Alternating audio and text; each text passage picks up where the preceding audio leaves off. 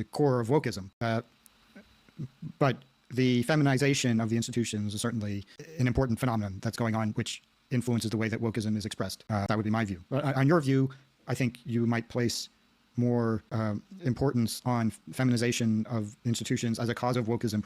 Right. We spend 10 times, 20 times, 30 times more on educating the less gifted than we do on educating the gifted, with very meager results. Right. Our society would be so much better off if we spent even 10% of what we spent on educating the less gifted, if we instead pour those resources into educating the gifted, who will produce so much more for us. And whether the focus is on spending billions and billions of dollars on low-performing groups, or the focus is on helping the Palestinians, right? Neither impulse comes from a basis of what these groups have contributed, right? The Palestinians have not exactly contributed significant advances to humanity, right? It's just, there is a particularly delicious feeling of helping the helpless and hapless and hopeless.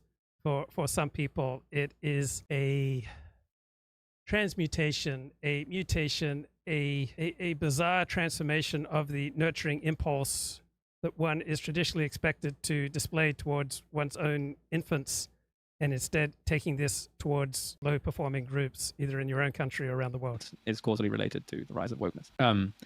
But in the case of feminization, I do think it's very important and largely exogenous, or at least partly exogenous. In other words, it's an independent factor that also contributed to the emergence of this phenomenon, and that perhaps might have been sufficient by itself to cause both the elites to abandon hereditarianism and cause wokeness. Because I think not only do women hold views, or at least sort of proto-woke views, more strongly than men, but they also seem to cause men to adopt those views in their presence